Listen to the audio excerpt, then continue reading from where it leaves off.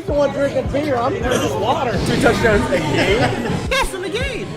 You're tripping. How you high? No, Greatest wide Super Bowl time. I don't know what we're doing in that front office, man. Twiddling our fucking dick. Ryan, I just need you to drink this. Wide receiver trivia. That's what she said. What the fuck? Upset. Are those crutches? You can see Ryan's crutches.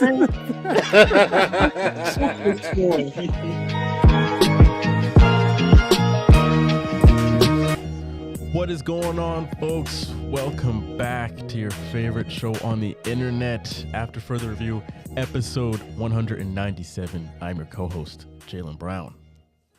And I am your co-host, Malin Dennis. And I'm your other great co-host, Nestor. And our special first half guest joining us for another first half, June Bug Spade. What's up, June? What's going on, fellas? Back again. Yes, he is. June, we want to thank you again for joining us for yet another week. Absolutely love having you on board as we Thank you. get our way through this NFL offseason. You know, folks, we will make it 1 week at a time. We will get to September. We'll make it together. Some of us might have NCAA 25 to hold us down. Till then. Even playing that NCAA? Been 11 years, gentlemen. 11 years. Long ones. I'm about 25 pounds heavier, and the game seems to be a lot faster. But we working it out. Shit. Gentlemen, let's open the show up the only way we know how. Folks at home, raise them on high if you got it, because we're in for a good one this week. So, cheers to you, boys. Oh, Modelo.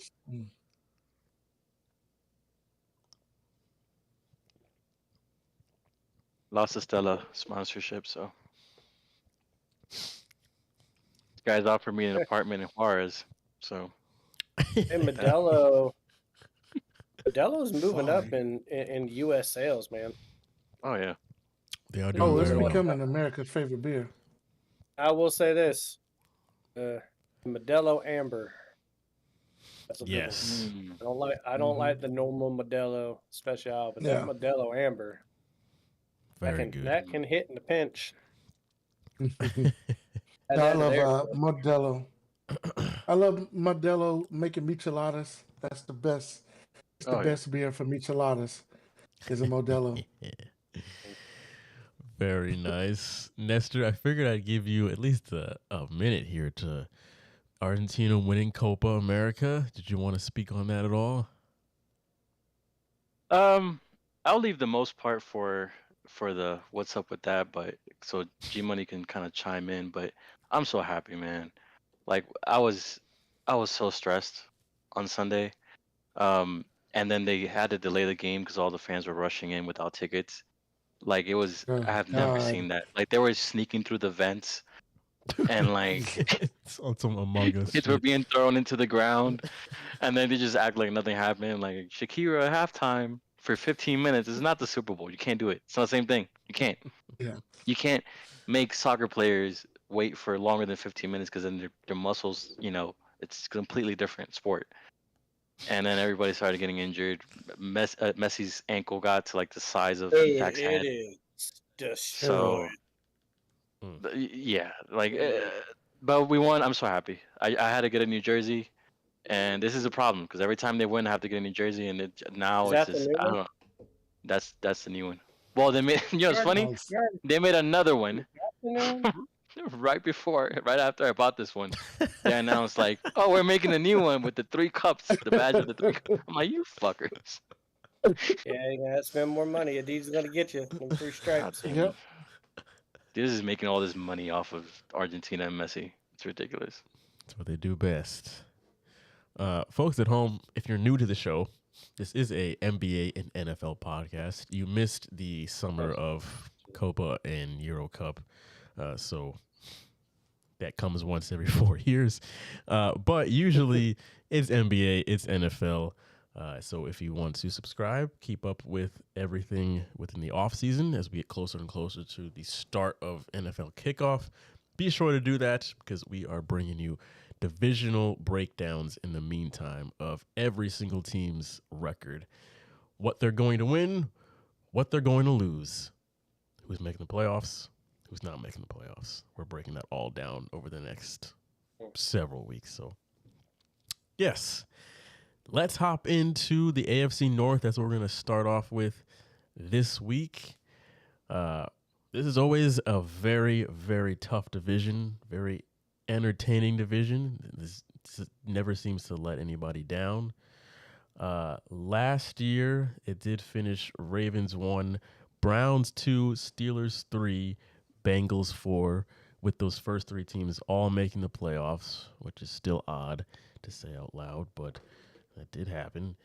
Yeah, we are going to predict every team's record, starting with Baltimore. June, we will start with you. All right. I think I said this last year, but I'm going to reiterate this. I don't have a dog in this fight in this division, but this is my favorite division to watch. And living in the Northeast, in the DC area, I can see all the Baltimore games.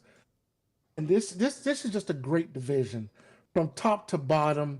You know, these guys play hard. It's that black and blue division. All the games are competitive for the most part. Rarely any blowouts. Any team, any week can win. So I really love this division. So I like when we get to this part. So the Ravens, love the Ravens, love everything about them. I like what they did this offseason. They did lose a couple of players, and I talked about that, last year. But I like what the Ravens did in getting the man, Derrick Henry, got them going 13-4. I think that, barring any major injuries, this team is poised to get right back to the AFC Championship. Ding, ding, ding. This is my winner for this division, by the way. I really like this team. Their schedule isn't, overly tough. Like, they don't have that stretch like some teams do where it's just a gauntlet of teams and anything bad can happen. They have two or three, there's like pockets of games where they have to play some tough opponents, but I think they are the tough opponent. They are the team to beat. They got one of the best coaches in the league. I think that Lamar Jackson is, top 5 quarterback. And bringing Derrick Henry in will only save him and save this team for later in the season. I think if we give Derrick Henry the ball, I don't even care if Derrick Henry gets 1,000 yards this season, because I would still have running back by committee. But in the playoffs, I want to see Derrick Henry run into the ground with this team and let Lamar Jackson have the playoffs off. And I think that's the way this team should approach it. Let Derrick Henry run a little bit in the season, let him get, a little bit warmed up, but save him for the postseason. This team is built for the postseason, and dare I say that this team should be representing the AFC in the Super Bowl this year. All right. So you said 12 wins or 13 wins? 13-4. Gotcha. You just gave us our AFC Super Bowl. Right there. I'm going kind of out of turn here, but I'm literally just mirroring June. I have the same exact and winning 13 games, winning the AFC, winning that division. Yeah, that's my pick. Malin, go ahead. I don't have them winning the AFC. I don't actually really know who I have necessarily winning the AFC yet. I haven't done the playoffs with the pictures, but I haven't won in 12 games. I do think that the NFC South is a little tougher. And you got Tampa Bay in there. You got Denver is a non-conference. I don't know what they're going to do. You got the Chargers. You got the Chiefs. I mean, you got to play the AFC West. So it's hard for me to give any team in this division 13 wins when you have to play the AFC West. What I will say is that I do think the division is going to be decided in December. I think that Cincinnati and Baltimore both have interesting last months. I think that Baltimore, when they play the Giants, okay, yeah, you're probably going to win that one. But then Pittsburgh, we always know that Tomlin's going to have a tough team. You don't know what they're capable of in December. Then you got Houston and Cleveland. And Cleveland was running off wins with Joe Flacco. They didn't even need Deshaun Watson. Let Deshaun Watson just be a half of a Humpty Dumpty shell of himself, and they can rip off 10 or 11 games. And you can never count them out. But I'm still kind of concerned with their wide receiver core, man.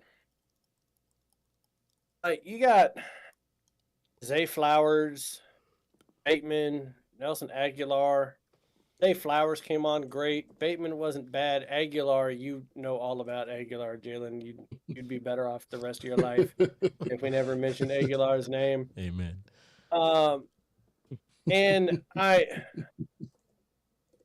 like the Derrick Henry signing, but I do think that they're going to need more of Derrick Henry than maybe what June was predicting about, even if he didn't get 1,000 yards.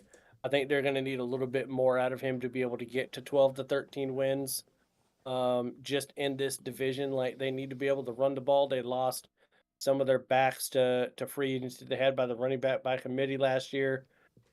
Justice Hill, who is currently the number 2 back for Baltimore right now, only had 84 carries for 387 yards.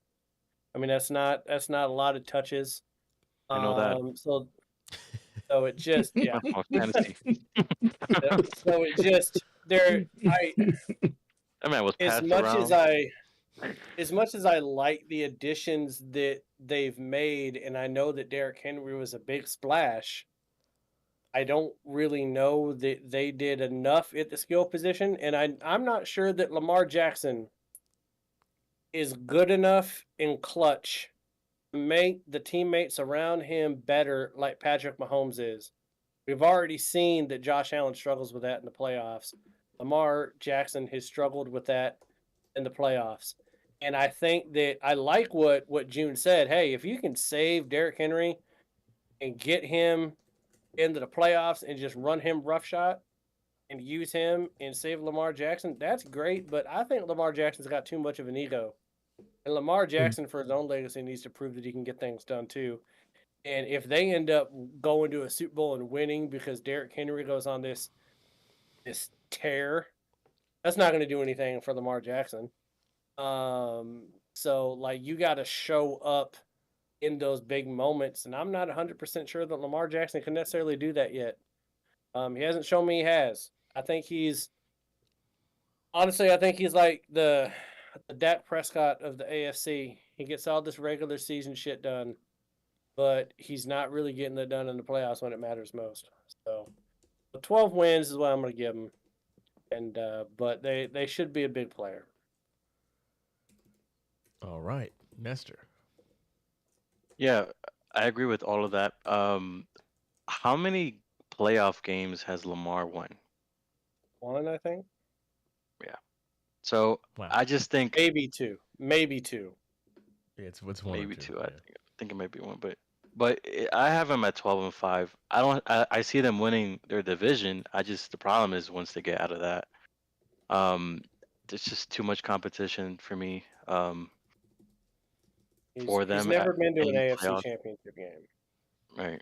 I worry, and the way they got eliminated last season Well, they was did kind last of rough. year. That was his No, first. he was there last year. Yeah, he was there last year. He was there last year. The way he They got won. eliminated, to me, it's like there was no.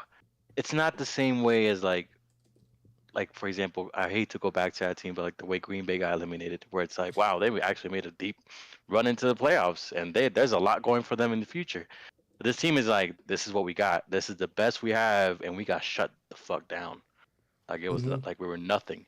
So that morale, I feel like that's gonna haunt them, because they have a good team.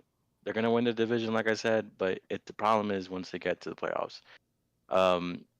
I got them losing week 1 against Chiefs. I got them losing. I think splitting the series with the Bengals.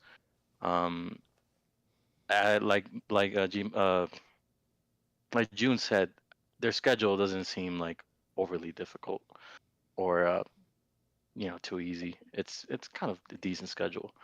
So apart from all that, yeah, like I said, Right. you can have Derrick Henry. The problem is you're gonna need more than that. Judging by what happened last season. I will say this, that I know we made it to the championship game last year. I think that's large in part to the fact that Burrow got hurt. I think the Bengals, I think Burrow is more clutch. And when I'm looking at Lamar Jackson's playoff stats, he's not even completing 60% of his balls, 57%. Like, I mean, but he's just, he literally, in 4 years he's gone to the playoffs, he's completed 57% of his passes, 6 touchdowns and 6 interceptions. He's only And one. I know that's one just game. no, he I won. looked it up. He oh no, well it says that he played 2 games in 2022 and 2 games in he played 2 games in 2020 and 2 games in 2023. So I think he would have had to have won at least one to get to the other one. But he's just not showing up in the clutch, man. 57%, 6 touchdowns, 6 interceptions. Ugh. Yeah, last year was the way that game ended was super weird. I just remember their offense just stalled out completely. Yeah. And Travis Kelce got in their heads, and then they just kind of just embarrassed themselves down the stretch there with penalties and whatever. But yeah, they still have something, like Lamar specifically still has something to prove as far as the playoff skills. Regular season, whatever, but playoff regular season, he's football, got it down. Yeah, he's at some point he's going to. I think he's going to figure it out at some point. I think at some point he's going to just figure it out. He's got to. I really think. I really think but he does. we said that about Josh Allen 2 years ago. Yeah, but he ain't. He's still got time. Still a young guy. He's gonna figure it out. Still young guy. I know, but we all literally figure it sat out. here 2 years ago I ain't say when that. Josh Next year. Allen lost to the Chiefs, right? I didn't say that. When Josh Allen lost to the Chiefs in that crazy game, we're like, well, the Bills are gonna figure it out. Like they're close. Yeah. Don't put me in there. Those words never left my mouth. Well, that's just because you're AFC East haters. Exactly. You were thinking it. You knew it was a possibility. Stop Fuck it. the Bills. Every chance we get. Just because you haven't won a playoff game in the last 15 years, Nestor, shut up. Damn, man, I didn't have to go that shit.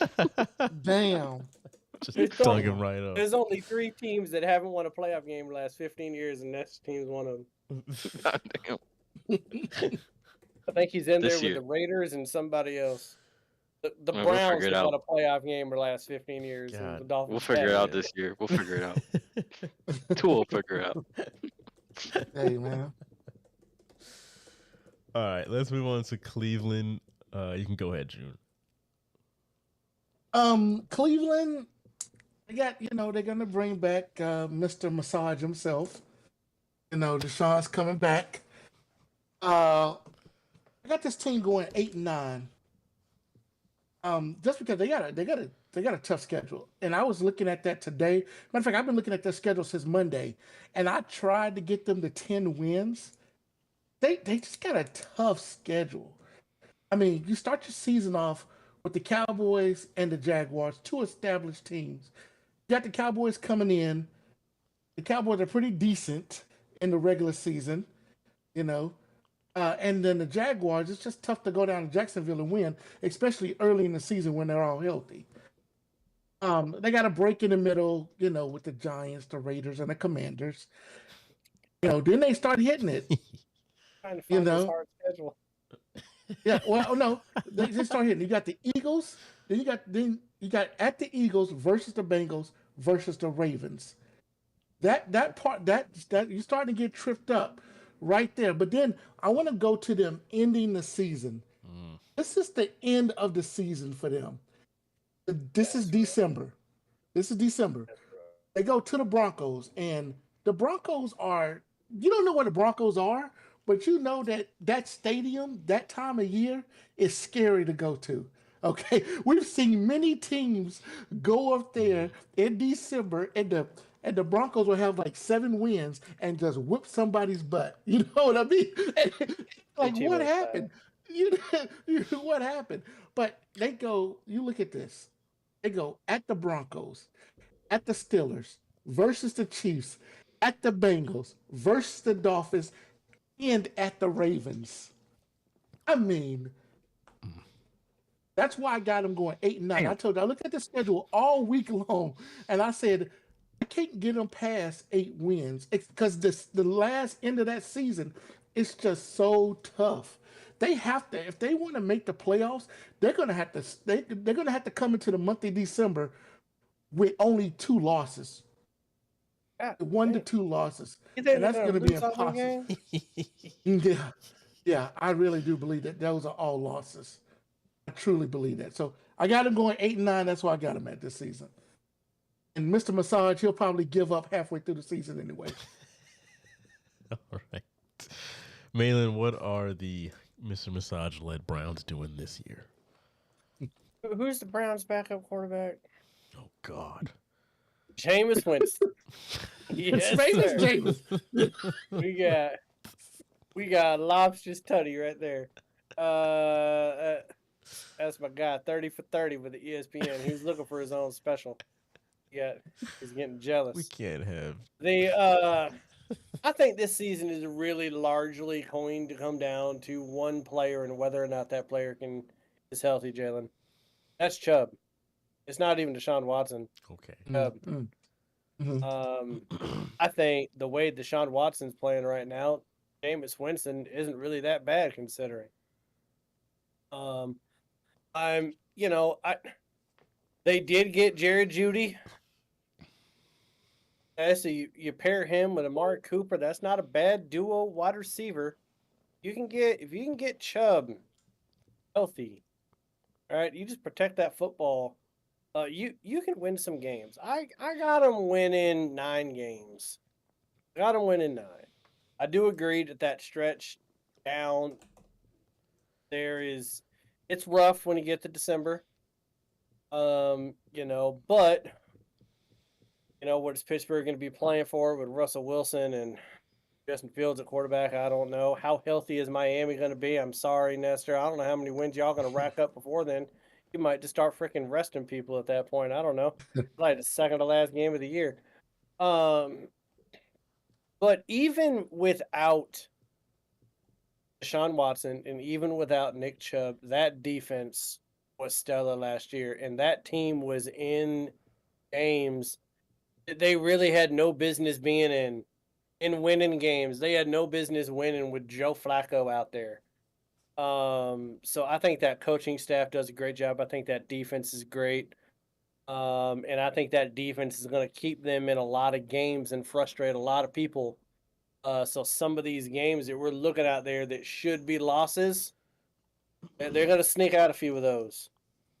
And it's going to upset some people. Like there's going to be some people sitting down on Sunday and like, all right, my team about to get a W. And then, they're going to be getting really drunk, lock themselves away. Don't hit your wife. Don't take it out on your children. Some people are going to be pissed off that they lost to the Browns. Kick the dog. Okay? It'll make no sense. It'll make no sense that they did, but they'll lose to the Browns in some way. Oh, Browns fans, you're really not going to like me, but I only have to win 5 games this year, man. I don't see That's it what I'm talking about. Cleveland. now it's a party. Now it's a party. I don't see it in Cleveland. I just don't see Watson staying healthy. Chubb is their only thing going, and because of that, I don't see him staying healthy. I just don't think. I mentioned a few weeks ago how Tobias Harris stole a bunch of money from the Sixers. Well, Deshaun Watson has been stealing a ton of money from the Browns because this ain't working, and I don't see how it does. Their only wins have come in mainly the first half of the season. After that bye week, when that schedule gets tougher, I have them beating the Saints, and that's it, man. I have them going damn near 2 months without a win to finish out the season. Now, like Malin said, I wouldn't be surprised if they snuck in a win somewhere in there and beat a team that they have no business beating just to mess with somebody. Who that team is, I don't know. So by default, I picked them to lose all of them. So yeah, I got them winning 5 games. But I think the Deshaun Watson project will not work. If you're ever in a room alone with Myles Garrett, I hope you give him that same rundown and just let him know that you don't. Miles, this is nothing personal. If I was in a room alone with Myles Garrett, I'd be like, y'all going undefeated, man. Them Dolphins ain't popping no goddamn champagne this year. Oh, God. All right, Nestor, what do you have in store for Cleveland for the dog pound? Well, what I would tell Myles Garrett is they're going 10-7, and hopefully he still doesn't beat my ass. I see them, like Malin said, I think they're gonna pull out some games just like last season where they're not supposed to, just because Myles Garrett. When Nick Chubb went down, Jerome Ford, like these guys were doing their thing out of nowhere. Amari Cooper. I just feel like they have a pretty good damn defense. They're well coached. I think they're gonna do good. I have them at 10-7. Jesus. They're gonna pull some good games out of like Steelers at home. They'll win that. They'll win a few games. Like I have them beating my Dolphins, week 17, just because by that point, if we're not in the playoffs, it's because we got seriously hurt and we're screwed, or we made the playoffs and we tend to kind of get soft towards the end of the season anyway. So, yeah, I think they're gonna do good. I might regret this later on, but I just, based on what I saw last season by their defense and guys like Amari Cooper, Jerome Ford, I think they'll be fine. All right, let's move on from Cleveland. Let's go on over to Pittsburgh. June, what are the Steelers with their dual quarterback offense doing? Only Shaq was here. Oh man, I just I wish. Okay, so I'm just gonna start it off with this. The Steelers are going to go. I have to write this down. 9-8. That's where I got them at. Just because Tomlin is their coach, I think it's a respectable, 9-8. Okay. I think Sierra's husband is still a pretty good quarterback. Russ is like still a pretty good quarterback, man. He really is, and I think the first part of the first month of the season is going to tell the tale. The first 4 games is the Falcons, at the Broncos versus the Chargers at the Colts. Those are all. Amen. No, they're not. Kirk Cousins. Kirk Cousins, Bijan Robinson, Kyle Pitt. Kirk O'Chains. Come on. Okay, Them y'all Dirty tripping. Birds are come to play. Y'all tripping. In the A. It's in the A. Remember that. They're gonna be calling for Justin Fields week 2. Ain't nobody ever said that the Falcons are to be feared. Nobody.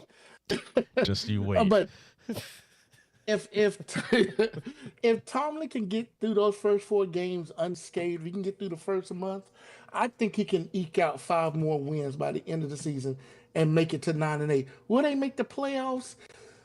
They, like you said, they made Tomlin's always known for winning a game you shouldn't win. He did it last year, won a couple of games. They made the playoffs.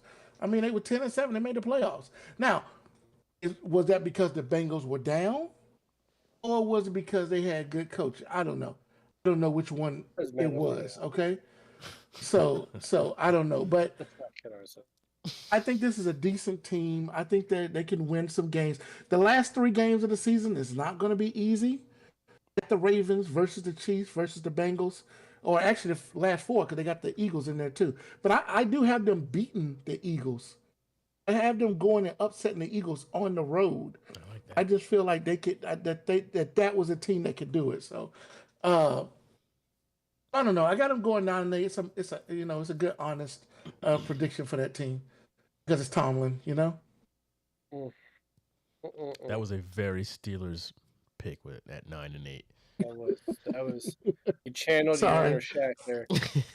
Sorry. Listen, I love how quickly Russell Wilson went from Mr. Unlimited to Sierra's husband, in just like 3 years. Like, God, For just being damn, honest. that happened quick. But let's get real here. He can post all the videos he wants of throwing footballs to DK Metcalf in the offseason. But guess what? He ain't throwing to DK Metcalf in the regular season. He got nobody to throw the damn ball to. Najee Harris, who is he? A bum. Atlanta's better than them. They're gonna lose to Denver. Why? Because Russell Wilson is too tight. He's too tight. He's too tight. Like, he's in this mode ever since he went to Denver. He's got to prove something. He plays too tight. He did that when he played in Seattle. That week 1 with Denver, he played way too tight in that game, and he's gonna want to prove something again. He's gonna play tight again. Russell Wilson is at his best when he is his most confident. I do not think he has that confidence right now. Going into Denver in that mile-high, crazy atmosphere, they hate him there. All right? So I see them losing that game. Maybe they beat the Chargers in Indianapolis. I don't know. I think Dak should be able to beat the Steelers. But look at their last 8 games. Baltimore, Cleveland, Cincinnati, Cleveland, Philly, Baltimore, Kansas City, Cincinnati. The only 2 non-divisional games is Philly and Baltimore. That's Philly it. and Out of their Kansas last City. 8 games. They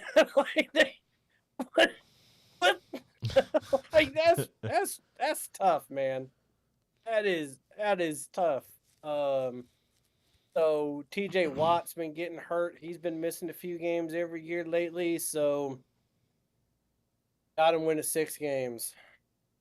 This is the year that the wheels fall off because you're trotting out Russell Wilson. At some point, they're going to go to Justin Fields. And the moment they go to Justin Fields, you're not winning another goddamn game. So when that happens, you can kick the wheels off, you put skis on that bitch and ride it right off a cliff. So I got 6 games for the Tomlin Steelers. Malin, we are primarily on the same page here. I've got them winning 7 games.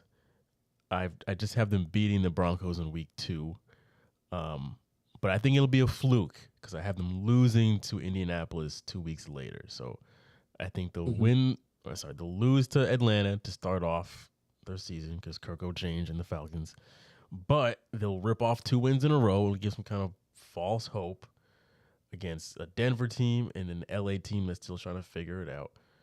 But then I think they're going to get kind of popped in the mouth by Indy and Dallas and Vegas and New York.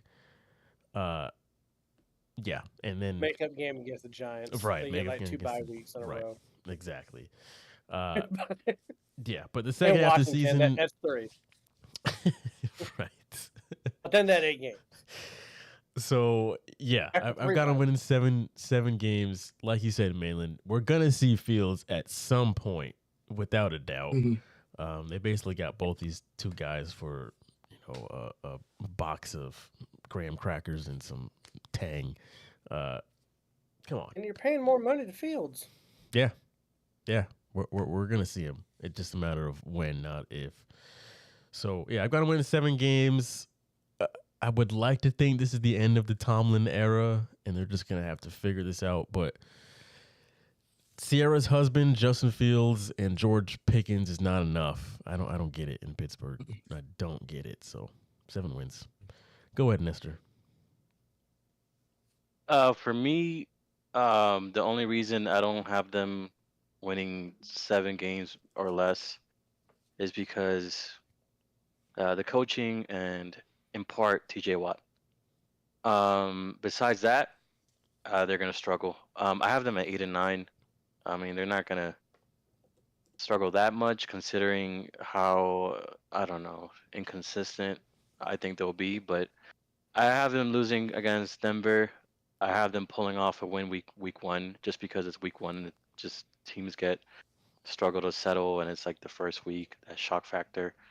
But other than that, yeah, I wonder if this is enough. 89 is enough for Tomlin to exit and something else, a new plan to come into play because this whole Justin Fields thing with Sierra's husband, I forgot his name now because you guys have been saying Sierra's husband. It's I'm thinking of all different types of names, even like managers for my job.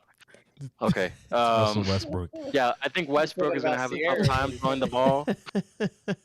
Westbrook hasn't been himself for a while now, so yeah, 8 and 9 for me, man. Like I'm looking at the schedule. There's not much you can do for this team. No. I can't wait to get G Money's taking second half. All right, let's hit the last team here in this division. Cincinnati. They had a weird year last year with their best player getting injured, but we would imagine they're going to be doing better this year. So, June, we will start with you. Okay. This team without the quarterback still went 9-8 last year. This is a good, solid team. And you're right, Malin. Pittsburgh probably wouldn't have made the playoffs if Cincinnati would have been healthy. They probably would have ended up with the losing record last year. And Cleveland probably wouldn't have been the second best team in this division last year. They probably would have had a couple of more losses under their belt too. For this season, I got them going 10-7. I think they're going to come back. They got a bunch of new pieces they got to fit back in. Joe Burrow's got to show that he's healthy. This season he can last. And the one thing that drives me crazy about Cincinnati is they start the season off too slow. My God, man, for the love of God, you can't start 0-3 every year or 0-2 or whatever. You can't do it. It just at some point that catches up to you.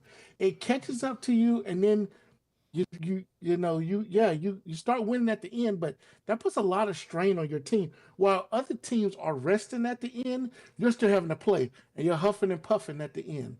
And other teams are resting a little bit. They get into the playoffs, they get that second win, and you're still huffing and puffing.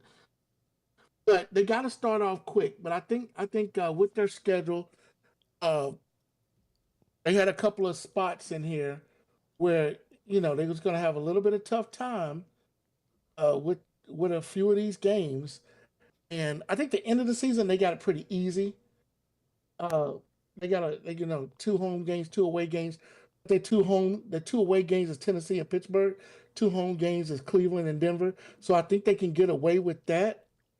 But when they do play the area where they play in Baltimore, they got to go at Baltimore, they got to go at Los Angeles, and then they got to go at Dallas.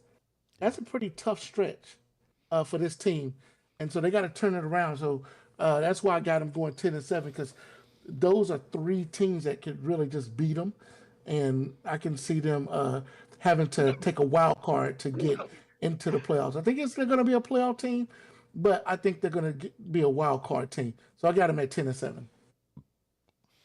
Go ahead, Malin. I got 12 wins. Now I got to go back and look at all my games to figure out who wins the tiebreaker in the division. I think Cincy does. I think I have Cincy winning more division games than Baltimore. Here's the reason why. Every time Joe Burrow comes off an injury, he balls out, man. He did it at LSU when he won the national championship. Second year in the NFL after that torn ACL. What does he do? Goes to the Super Bowl. He thrives under pressure, man. He is this day and age Joe Montana. He is the epitome of Joe Cool. Like, you can't rattle this guy. And when I look at this depth chart, a lot of people know the big name of Joe Mixon, right? But was Joe Mixon really that great the last few years? He was 1,100 yards. He was average. They got Zach Moss, which Mhm. if Jonathan Taylor didn't come back last year, that man would have had 1,300 yards. He was balling in Indianapolis. I think they made a great pickup for cheap money getting Zach Yeah. Moss. And then you get rid you lose Boyd, but you still got Higgins right now. And then you draft this Jermaine Burton guy out of Alabama who had 800 yards and 8 touchdowns with the worst quarterback that Alabama's had in like 6 or 7 years. Like this was not your Alabama team that you're That bad. used to having, that you're used to seeing. You know what I mean? And you got like Mike Gesicki is still there. Your offensive line is getting better. The defense remained pretty much intact, and I do think that Jake Browning kind of showed that he's like a top three, top four backup quarterback in the NFL. Like everyone thought the Bengals were dead to rights. Yeah. And they weren't going to win another game, and he was pulling off some wins, man. He showed that he belongs in the NFL, Right. and I'm glad that he decided, to stick around in Cincinnati. I'm not sure if he's free agent or not. I know he went and played in the what are they calling it, the XFL still. He went and played for the St. Louis Battlehawks again. So he even got like more work in. But I like this team. And like you said, the schedule is not that difficult, man. I mean, the Bengals, you split 50-50 whether or not they're going to beat Kansas City or not. But that's not just a one-sided Kansas City's just going to win that game. The Bengals always play them tough. I'm sorry, Jalen, about your Patriots in week one. I don't think I'm going to win that one. But then, okay, so they got New England, Kansas City, Washington, Carolina before they even get to Baltimore. They could be 3-1 before they even get to Baltimore. And then guess who they have after that? Might as well be a bye week with the fucking Giants. And then you get Tennessee, Cleveland, Denver, and Pittsburgh. That's the easiest 4-game stretch in this division the last 4 weeks. Yes. That's why I said this division is going to be decided in the last month because Baltimore has a tougher 4 to 5 game stretch down the road than Cincy does. Let Cincy split one of those games with Baltimore, and Baltimore falters a little bit in those last 4, and Cincy picks up a couple. I think it's going to get real interesting. So I'm kind of bullish on the Bengals this year. Yeah, I'm also bullish on them. I've got them winning 12 games as well. I think it'll be an arms race, top-heavy division between Baltimore and Cincinnati. Like you said towards the end there, Malin, if Baltimore falters a bit, there's like no room for error in this at the top of this division because Cincinnati is going to be right there. So it's like whoever loses games that they shouldn't is not going to win this division and may cost themselves the top of the AFC. As far as the Bengals go towards the beginning of the season, I do have them winning against my Patriots in an absolute shootout, probably something like 45-40. I've got the Chiefs winning week 2, which, by the way, we haven't picked the Chiefs yet, but we've talked about this. They've got the Ravens and the Bengals in the first 2 weeks of the season, which is interesting for them. But then they've got a couple free dubs against the Commanders, the Panthers. They got the Titans later in the season. Raiders. Yeah, they got the Raiders after that. Like, I mean, come on. But yeah, their schedule is not too difficult. Like, they've got a very reasonable, I wouldn't say easy, but they've got a very reasonable schedule. So I've got them winning 12 games with Joe Burrow being back and healthy. I do think that their first month or 2 of the season shouldn't have the offensive line woes that they've had in the past. Like, that's been their Achilles heel. Is just their offensive line is terrible that first like 2 months of the season. I would sure hope by this point they've got that figured out. So that's a big reason why I think they'll win a dozen games. The only thing I didn't mention, Jalen, is that the thing that's really interesting to me is that winning this division could very well get you the number 1 seed. Yeah. In the playoffs, right? So I feel like follow me here. There could be a little bit of an arms race near the trade deadline.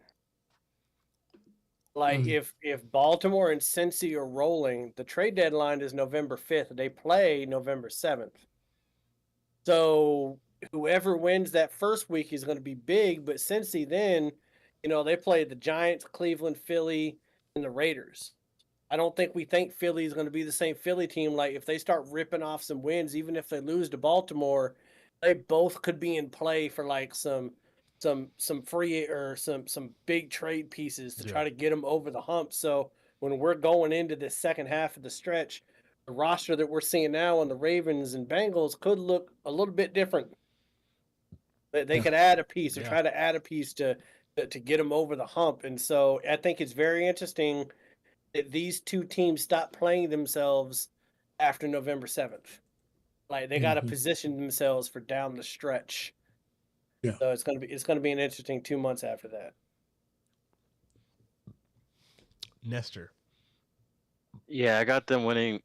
I got them going 11-6, 7-1 at home. I think they'll be really, really good at home. I got them losing that game against the Chiefs just because they're gonna take some time to warm up, do their thing. But I think Joe Burrow's gonna ball out, and byproduct of that, Higgins and Jamar Chase are gonna have one hell of a season because last season they had their issues. They were kind of cold. They didn't really have much going on. But yeah, they'll have a tough schedule, especially towards the end. But I just feel like, man, they're gonna have a good season. This Bengals team has proven time and time again that they're a solid team, and like Malin said, Joe Burrow is one of the coolest dudes in the league. This man does not fold under pressure. So it's weird that I don't hate the Bengals, especially after what they did to my Miami Dolphins. I don't forget that. I don't forget what they did to Tua in the cold. Oh yeah. A few seasons back. But I like them, man, because I like what they do to the Chiefs. I like the competition they give the Chiefs, and I can't hate this team. So Joe Shiesty. It's hard to hate them because they've never won anything. They have talent, and they have one of the better quarterbacks in the NFL. Like it's hard to hate them. Like there's nothing about them you're like, oh, I fucking hate you people. Like it's not like the Dallas Cowboys. I'm kidding, Jim. But it's not like you have your division rivals. You have the teams that your team is always losing in the playoffs against. Like who are the Bengals routinely beating in the playoffs? Yeah. You know what I mean? Like they don't have those other fan bases that hate them because they've never really accomplished much. if we're lucky, they'll eliminate the Chiefs in the playoffs. Yeah. The only team that hates the Bengals is the Chiefs. Right. Those fans Because hate the Bengals. they are what the Bills should have been. Like they are the Chiefs Right. kryptonite. Exactly. Kryptonite. But Yeah. and they have like to me the coolest duo. Like Joe Shiesty and Jamar Chase. Those two guys are just so fucking cool. I'm just like, Oh yeah. Yeah. And, I'd love and to the have a fact they drink were with those college guys. teammates. Right. Both Yeah. LSU And boys. you Well, we can't just- hate you can't hate on the jerseys either. It's Yeah. not like that Bengals helmet is Yeah. clean, the black and the orange. Like you can't hate on the look either. Like there's nothing to really hate about them. The one thing I want to see with the Bengals is it always comes down to one thing with the Cincinnati Bengals, and it's always their management, their owner. Will they screw this team up going down, in the next couple of years? You know what I mean? They got the quarterback, they got the receiver, they got pretty good defense, they got the coach. Will management find a way, as Cincinnati Bengals history proves it, will they find a way to destroy this team? You know what I mean? So we'll see what happens in the future. We'll see what happens with them. They got an interesting dilemma, kind of like the Cowboys. Yeah. How much money do you pay to skill position people? No, like wide receivers, quarterbacks. Like how much money can you give them? What team in the NFL right now, Jalen, has like 30-some% of their cap to wide receivers? Who is it? There's a team that has paid their wide receivers. It's got to. Well, Justin Jefferson taking up. And he just got paid, so I don't even think it's. Yeah. I don't even think it's Minnesota. I think there's a team that. Why can't I think of it? Not Houston. Is it Arizona? No, there is a team that's paying a shit ton of money to their skill position players. You mean Miami? It's Miami. It's Miami. It's Miami. Miami is paying like 34% of their salary cap to wide receivers and tight ends without paying their quarterback right now. It's like 34%. Oh, 30. Of their salary cap to wide receivers and tight ends.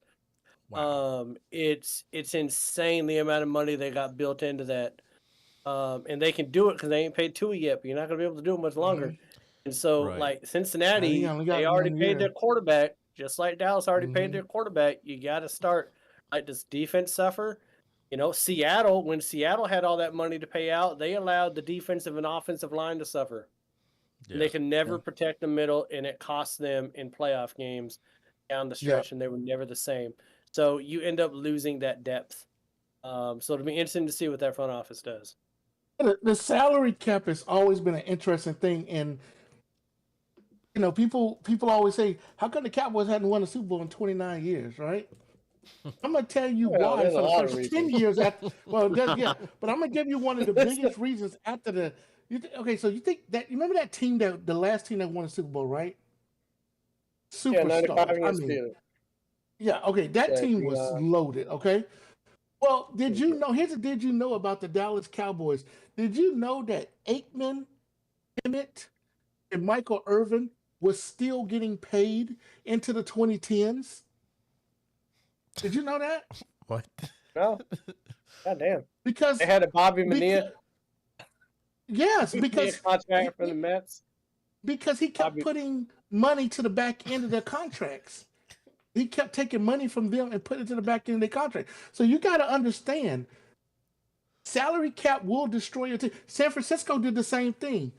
San Francisco was the same way. The Bartlows took all that money and they gave it to all those skilled players, and they were still playing Jerry Rice. They were still playing Ronnie Lott. They were still playing all these guys up until the 2000s, into the mid 2000s. The Niners salary cap will kill you. Super Bowls before salary cap is even a thing. I think the best. And listen, I'll say this before we go, Jalen. When it comes to running a cap, I don't say what you want. Bill Belichick and that Patriots team. Yeah. How they massaged that, like Bill Belichick for 15 years, not the full 20, Jalen, but for 15 years, he was a mastermind. Picking people up when they still had a lot in the tank, but what he was great at was dropping people in salaries a year early. Let them go to another team. Let them maybe even be a Pro Bowler for one more year, but after that, they're going to fall off the wagon. They're not going to be worth the other 3 years that they got. He's either dropping them or trading them or something. Like Bill Belichick for 15 years was phenomenal at massaging that cap. Chandler Jones. And getting Tom Brady to take money. Yeah, it was. And the one thing I'm going to say about the Patriots, or that I always envied, Bill Belichick and that team was not afraid to drop somebody. They were not afraid to get rid of somebody. Do you realize that those 3 Super Bowls, they didn't have the same wide receiver crew? Those 3 Super Bowls? They had 3 different crews for those Super Bowls. That's wide receiver crew didn't win a Super Bowl. I think Troy Brown, or what's his name? Troy Brown was there for most. I think he was the only consistent. He was there for the first. But other than that, but other than that, they got rid of. They didn't care. Okay, and Belichick was like, I'm going to get guys that just want to win football games. Now, it didn't work for the undefeated season when he got a little greedy and went out and got Randy Moss and everybody else, and All right. and Eli shut that shit down. But yeah, but for the most part, they did it right. Got rid of Randy Moss 1 year after he set an NFL record for touchdowns at 23. After one more year, he got rid of him. He got rid of Wes Welker the year after he caught 118 balls for the Patriots. He's like, nah, we ain't paying you that type of money. We got Julian Edelman in the wings. We'll pay him next to nothing. He'll suck Tom Brady's dick. We got. Hey, he got rid of Adam Vinatieri with Tom Brady. They got rid of Adam Vinatieri, the best kicker in the league. He was the number one guy. Remember that kick he made against Indianapolis in that snowstorm? The next year he was gone. They didn't. That mentality. Chandler Jones comes to mind too because we got rid of him. He had like a Pro Bowl year, and they said, "Get out of here." Yep. And then he went to the only people he kept was linemen because Tom Brady said, "I need my line to stay the same." Offensive linemen, he kept those guys around. Even at some point, he was like, "Vince Wilfork, get your ass down to Houston. You get crazy." Wearing them freaking overall shorts and cowboy boots down there in Houston. That man has CTE. Do you realize he brought in Corey Dillon and won a damn Super Bowl with Corey Dillon? Yeah, from the Bengals. Hey, Corey Dillon was watching Husky, baby. There you go. I'm telling you, man. People wanted to hate on him. That was smart. Yeah. The only thing Bill Belichick couldn't do was draft a goddamn wide receiver. He could not draft a wide receiver to save his life. I don't know who was lying to him. I don't know what the tape showed. Every wide receiver that man drafted in the first 3 rounds is dog shit. Let's not. He cut him after the first year too. He cut him too. He cut him after that first year. Every time. He drafted wide receivers that never saw the field. That never even saw the field. Oh, we're not going to go there. The only team that was worse at drafting wide receivers, and I'm going to say it because I know they got Calvin Johnson, was the Detroit Lions because they drafted a wide receiver in the first round for I think 5 straight years, and only one of them was worth a damn. Only one of them was worth a damn. 4 or 5 straight. And when I say first round picks, they were like top 5. They were top 5. Top 5. Wasn't 2 of them number 1? All of them failed except for Calvin Johnson. And Calvin Johnson got to the point where he looked at Barry Sanders. He's like, man, I've had enough of this shit too. I'm going to retire early. What was that quarterback from Oregon they took? Joey Harrington. Oh, Lord. Oh, yeah, Joey Harrington. Oh, Lord. Joey Harrington. Trip down memory lane. Well, man had one good season. And one good season at Oregon. Here you go. All right, that will do it for our first half, folks. June, we want to thank you for joining us for another great first half. We always appreciate you making time for us on your Wednesday nights. So if you want to follow June on TikTok, it is linked below for all of you Cowboys fans out there. If you want somebody to roll down memory lane with and maybe imagine some stuff this coming NFL season, follow June on TikTok because you guys will have a great time together. Cowboys winning the Super Bowl. Right. For the every year. 30th year baby. In a row or whatever. Every year, baby. Every year. Yeah. We will have G Money, the infamous G Money, on the other side of the break. So stick around and we'll see you in about 10 minutes. All right.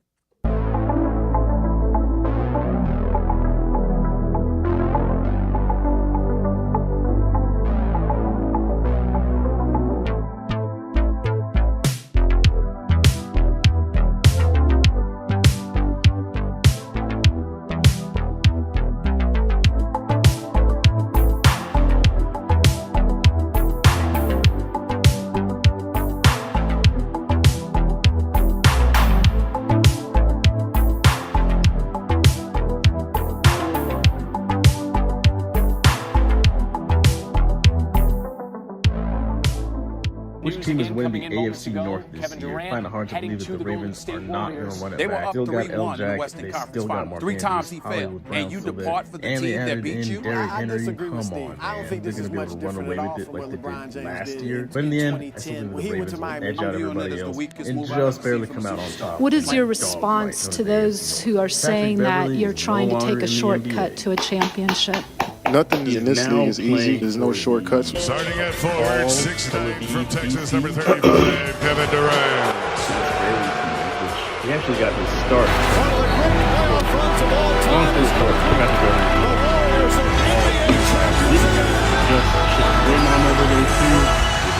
I got the Titans winning 2 games. You get rid of your best player, guy who put you on the map. Tennessee Titans are about to draft the first 5 picks for the next 5 seasons. They are not a good franchise right now. You got rid of your coach, turn around and get rid of your best player. This is your worst team in the NFL next season. The Tennessee Titans are already on the clock for next season. They're going to start 0-7. Actually, no, they're going to start worse than that. They're going to go 0-9. Chicago lost. Jets lost. Green Bay lost. Miami lost. Hell, if you could lose the bye week, they'll start 0-10. Indianapolis lost. Buffalo lost. Detroit lost. They'll lose in New England. Chargers lost. They'll sneaky game out against Minnesota. Ayuk has officially requested a trade away from the 49ers. Which one of these 3 teams do you think Ayuk's going to end up on? By the way, the correct answer is the Patriots. I think it's going to be about a 36-14 game. Tampa didn't play good last week. I'm going to say it's probably going to be like a 32-17, 18 game. It's going to be close. Depends. It's not going to rain anymore. So I'm going to go with we're going to win by 10. I'll be honest. I think a lot of Eagles fans are nervous right now. I think it's going to be a close game. This is the Julio Jones night. This is the night where we find out what Julio Jones has left in the tank. You're basically saying Devontae Smith ain't shit. You know who's going to score tonight? Turn around. That's who's going to score. Yeah. I think it's going to be 21-24 Bucks. Jalen doesn't have A.J. Brown. He's going to throw the ball to Devontae, but Bucks going to win it 27-23. Baker's going to drive at the last minute, score a touchdown, take the lead, win the game. All right, so he still thinks Baker plays at Oklahoma. Go ahead. 24-21 Birds, and I only think we win by 3 because AJ's out, Devontae's hurt, Jalen's hurt. We run the football, we win by 3.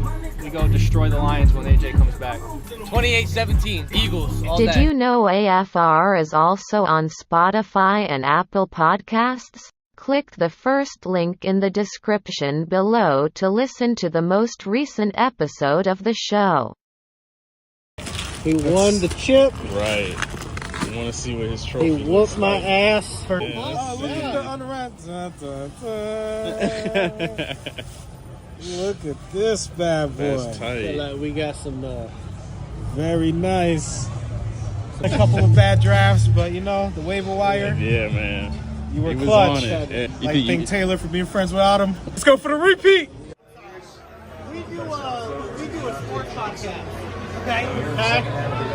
And I can't help but notice that somebody is wearing an inside-out neck jersey. You know what? It's just a coincidence. Explain what is happening right now. The forecast was for rain. I didn't want the rain to fall on the outside. That's all it is? Because I love Dak. He's the best quarterback in the league. Big Mike's the best coach ever. Dallas's D is awesome. Yesterday was just unlucky. We'd won the coin toss. It was a Cowboys win. It was all about the coin toss. Let's talk defense. You're wearing the Cardinals hat. You don't get a say. Dan Quinn. I don't want him as my coach. Oh, he's going to be, though. I don't want him to be. I heard a stat today. Green Bay has won more playoff games at AT&T Stadium than Dallas. Do you know if that's true? It probably is. I heard. So you still love that? No. Mike's got to go. Big Mike's got to go. Dan Quinn's got to go. Jerry's got to rip this shit up. Who do you want to replace Dak then?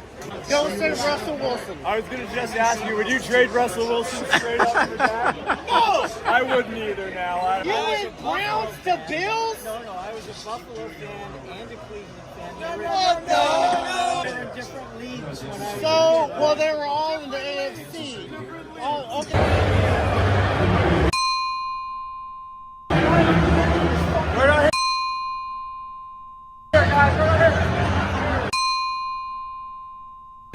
Fuck the Bucks!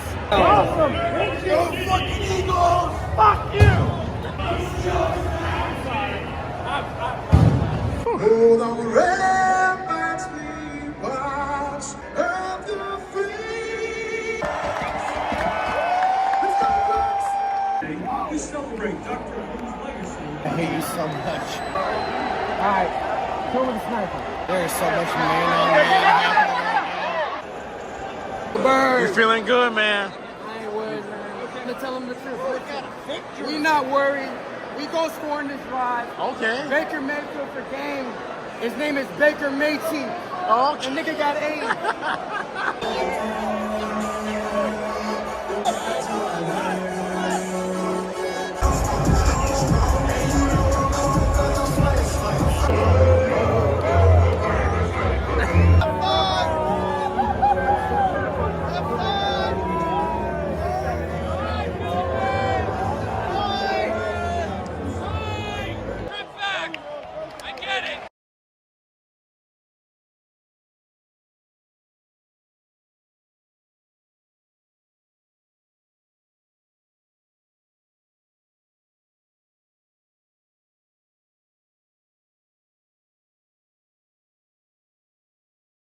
Bill Belichick says he plans on coaching during the 2025 season. My question, as a Patriots fan, do you want Belichick coaching your team next year? We obviously still have this entire upcoming NFL season to go through. So a lot can happen. We'll see where the cards fall for certain teams. But if you could future project, like really into the future, depending on how this season goes for your team, do you think you're gonna want Belichick come 2025? I know that he met with the Falcons this offseason. They obviously did not go with him. But Falcons fans, if Raheem Morris is an absolute disaster this year, would you be open to bringing Bill Belichick in as your new head coach? I also think of a team like the Giants. If Brian Daboll and the Giants just have an absolute disaster of a season this year, would the Giants be interested in bringing back their beloved DC from back in the day who helped win them a Super Bowl? Giants fans, would you be open to having Belichick as your head coach? So you tell me, would you like your NFL team have Bill Belichick coaching next season, 2025? Skip Bayless fired by FS1. Now the writing was on the wall for this. If you were watching Undisputed this past year, it clearly was not working. But it's just such a strange time to be alive where Skip Bayless currently is not on TV. And I don't see where he would end up. The natural next option for him would be to make his own platform, which he kind of already has with his own YouTube channel. So I'm assuming he will probably take to that. But that just seems like him yelling in his own vacuum once the NFL season starts. Who's going to want to watch that? Where do you think Skip will end up? Do you think some network's going to come along and bring him in? Or do you think it'll be a digital platform, like another YouTube channel will want to bring him in and have him as a personality? I think he's going to try and double down on his own platform.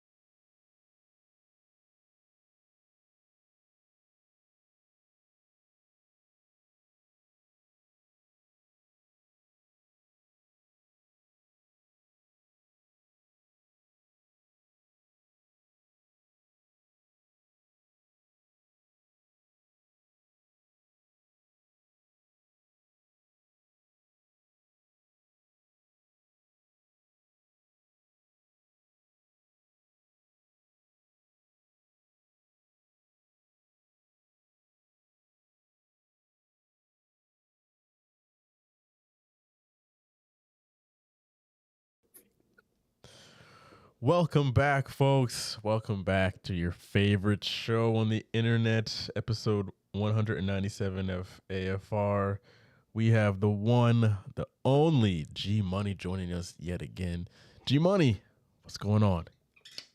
Man, I tell you, it is great to be back in the PNW.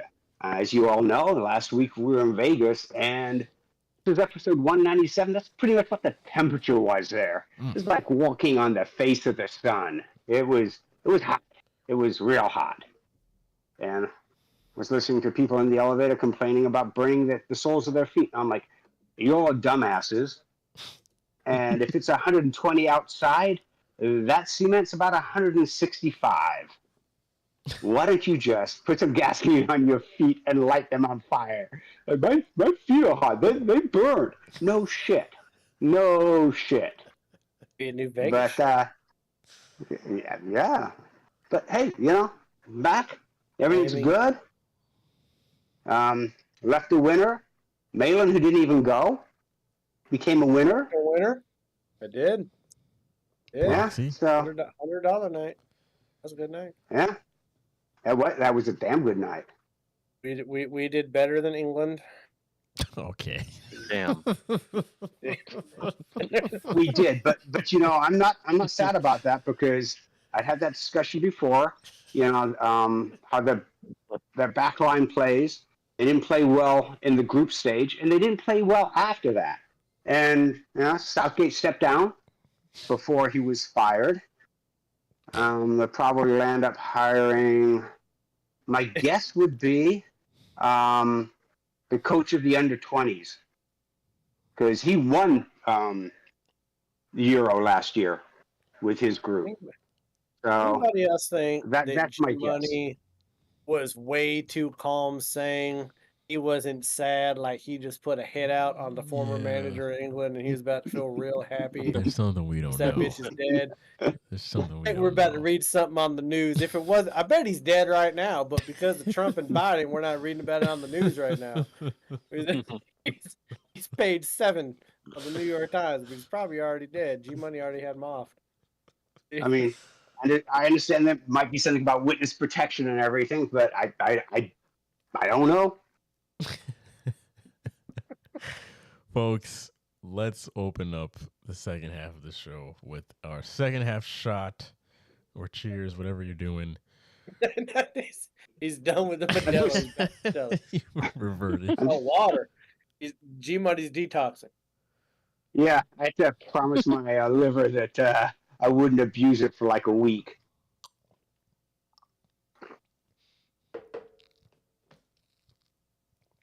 I got to get it back in shape for a month from now, when I'll really abuse it again.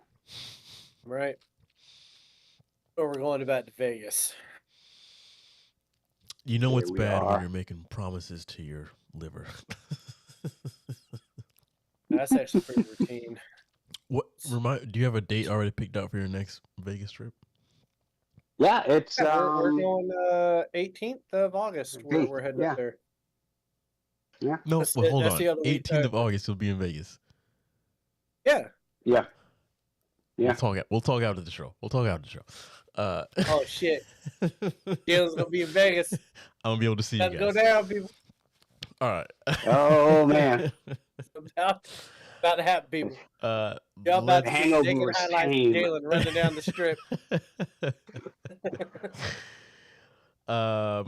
All right, let's go to community comments, folks. This is always my favorite segment of the show. This is where we respond to your comments throughout the week. And we are going to start off with the fact that Skip Bayless was let go from FS1. Now, I know that he is still technically on TV, but they did not pick up his contract. So by the time the football season starts, he'll be gone. So he's not sticking around. But yeah, the fact that he's no longer on FS1 is just like, damn, undisputed. It really went into the tank. But to get to some comments here, if we start, I'd say real quick for the comment, Jalen, that I thought it was classy by ESPN 8 hours after it was released that he wasn't being retained by FS1. They were not interested in his services. I thought ESPN was on the money with that.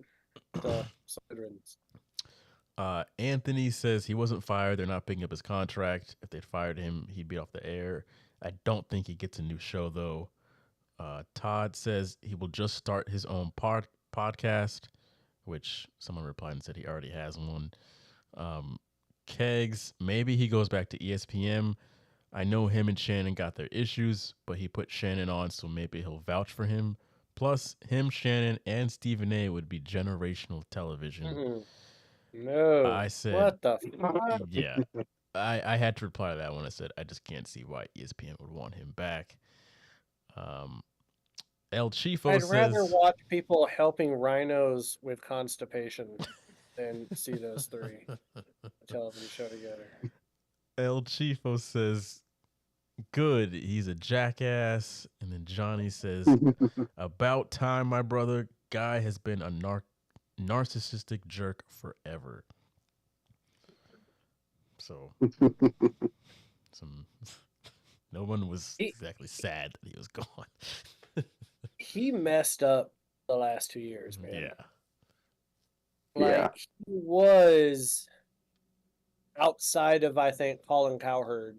Like, Stephen A. Smith, to me, wasn't even on Skip Bayless's level, because Skip Bayless, for all intents and purposes, I don't care what Stephen A. Smith says, Skip Bayless made Stephen A. Smith by putting him opposite chair of him on First Take. Yeah. Stephen A. Smith was doing like NBA commentary and stuff Right. like that for a long time, and he was doing some random shows. But Skip really gave him his big break. But he really messed up the last couple years. Too big of britches.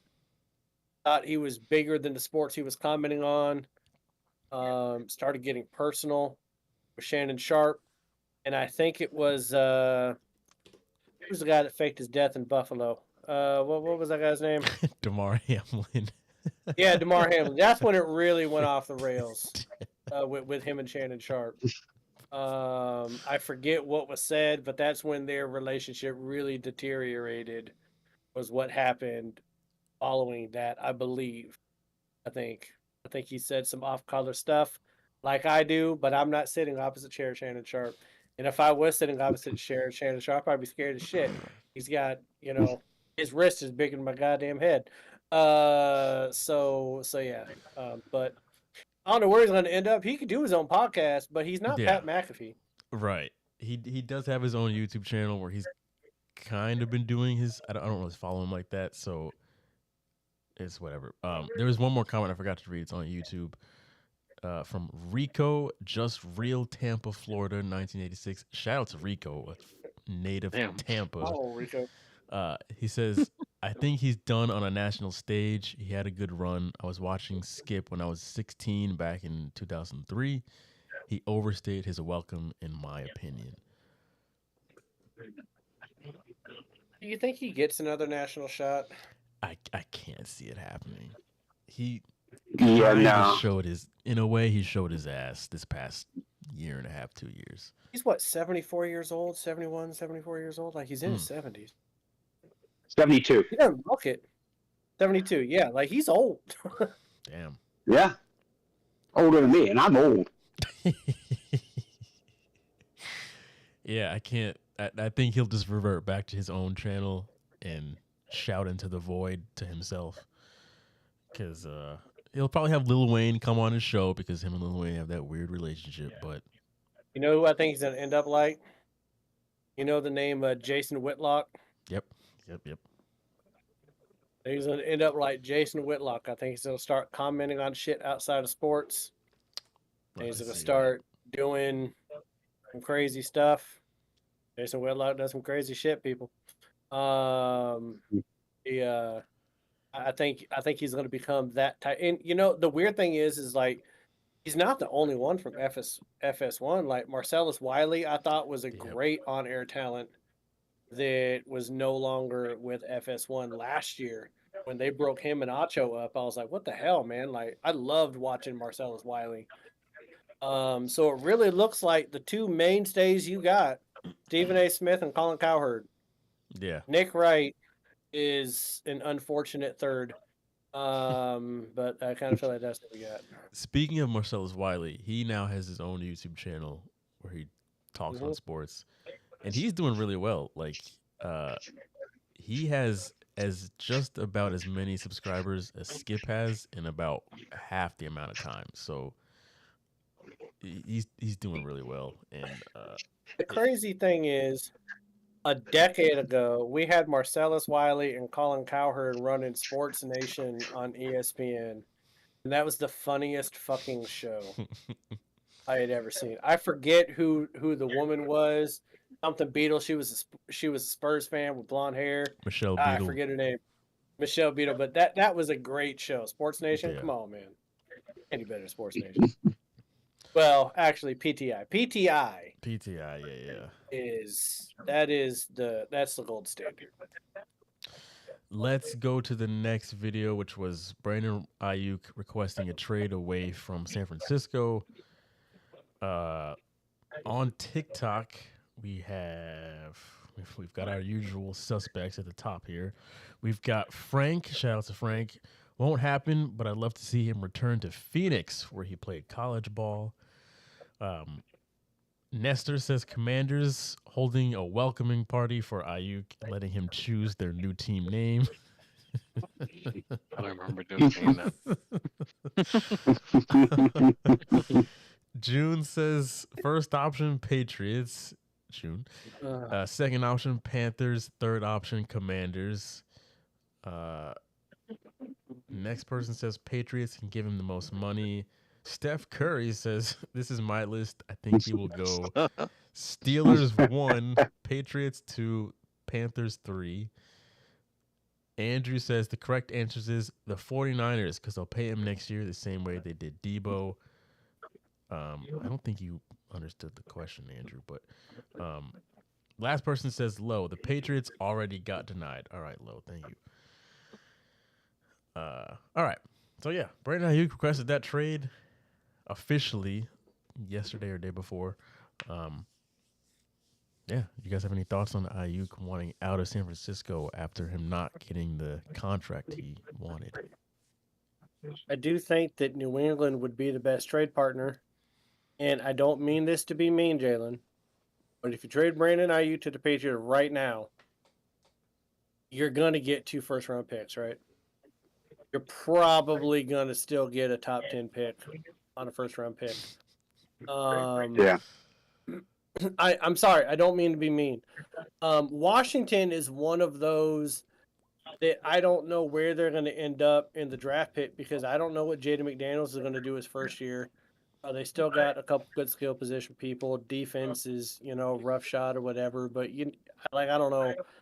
It's just a wild. I don't know what to make of that team. But I think that you'd get your best bang for your buck if you were to trade him to New England out of the teams that we spoke about. But I don't think San Francisco is going to pay him.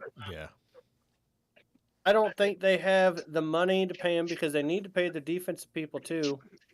And you're looking down the road, you're going to have to pay Brock Purdy at some point too. At some point, by the time Brock Purdy gets paid, Deebo Samuel, Kittle, Ayuk will not be there. Christian McCaffrey. Right. I don't even know if he's going to be there because you're talking, 4 more years?